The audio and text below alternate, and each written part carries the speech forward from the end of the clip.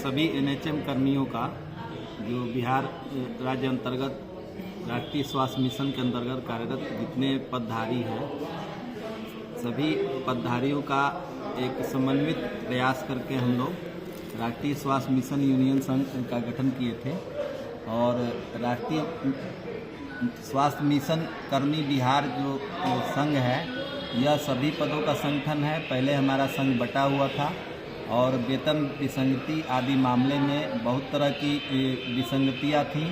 बहुत तरह के लोगों के मन में यह कोशिश थी कि हम लोग अलग अलग संघ में हैं, अपनी अपनी मांग अलग अलग तरीके से मंगवाएंगे, लेकिन हड़ताल करके भी कुछ लोग अलग अलग हड़ताल किए, कुछ असर नहीं हुआ और सरकार भी चाहती है कि हम लोग आपस में बटे रहें। तो इसको ध्यान में रखते हुए हमारे जो भी सीनियर पदाधिकारी संघ के थे उन लोगों के मार्गदर्शन में सर अभी बैठे हुए हैं। तो हम लोग एक सभी पद को मिला के एनएचएम यूनियन का गठन किए और इसमें जो भी समस्याएं हैं, जैसे कि किसी का वेतन विसंगति में 10% ही वेतन बढ़ा, किसी का 100% बढ़ा, किसी का 40% बढ़ा, किसी का 5% बढ़ा, या आपको इंक्रीमेंट वगैरह के मामले में भी आपको इंटरनेट, मोबाइल, लैपटॉप वगैरह देने की सुविधा के मामले में, इंसेंटिव के मामले में अलग अलग तरीके से सरकार के द्वारा नीति निर्धारण किया जाता है। इसका हम लोग के संघ में इसका भरपूर हम लोग विरोध करते हैं और इसीलिए हम लोग एकजुट हुए हैं कि जैसे 2011 में जब हम सभी लोग एकजुट थे तो एक मुश्त 40% वेतन की बढ़ोतरी हुई थी। किसी पद को छोटा या बड़ा नहीं समझा गया था, उनका जो मूल मानदेय था उससे 40% की बढ़ोतरी की गई। देखिए, राष्ट्रीय स्वास्थ्य मिशन कर्मचारी यूनियन का समस्या और समाधान विषय पर 1 दिवसीय कन्वेंशन आयोजित किया गया है।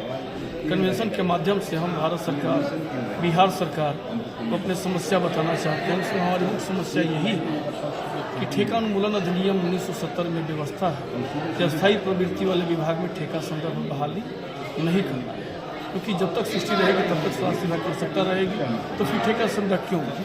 इनको नियमित किया जाए, पद सृजन किया जाए और इनको मूल वेतन नियमित कर्मचारी की तरह इनको दिया जाए। अगर सरकार हमारी बातों पर ध्यान नहीं देती, हमारे मांगों पर विचार नहीं करती है, तो आने वाला दिन में आंदोलन करेंगे। अगर सरकार उससे भी नहीं मानेगी तो फिर हड़ताल जैसे कार्रवाई करने के लिए हम बाध्य होंगे। इसकी सरे जवाबदेही बिहार सरकार, स्वास्थ्य प्रशासन और केंद्र सरकार की। आज की जो बैठक रखी गई है, उस बैठक का मुख्य उद्देश्य यही है कि जो राष्ट्रीय स्वास्थ्य मिशन के तहत जो कर्मी काम कर रहे हैं उनकी सेवा नियमित हो, उनको सरकार परमानेंट करे। चूँकि जब सरकार के पास काम है तभी इनको रखा गया है। जब आपको ज़रूरत है तो इनकी सेवा संविदा पर क्यों? इनको परमानेंट बहाली कीजिए।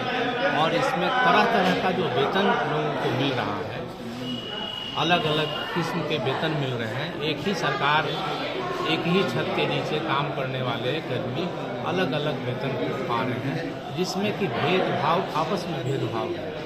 लगता है कि हम जो है सो बिहार सरकार के कर्मी हैं, हम संविदा के कर्मी हैं, हम ठेका वाले कर्मी हैं।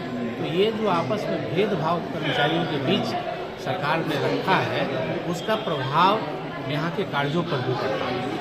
जो कार्य जहाँ सरकारी कार्य है उसका प्रभाव पड़ता है, जिसके चलते सरकार को जितनी उपलब्धि होनी चाहिए वो उपलब्धि में समस्या उत्पन्न होती है। इसलिए सारे लोगों को एकजुट करके बिहार चिकित्सा एवं स्वास्थ्य कर्मचारी संघ अपने बैनर के तहत सारे को एकजुट कर करके और आगे की लड़ाई के लिए सबको हम प्रेरित करेंगे और सबको संविदा से परमानेंट करने की कार्रवाई के लिए हम लोग रोड पर आने का काम करेंगे। इसी के लिए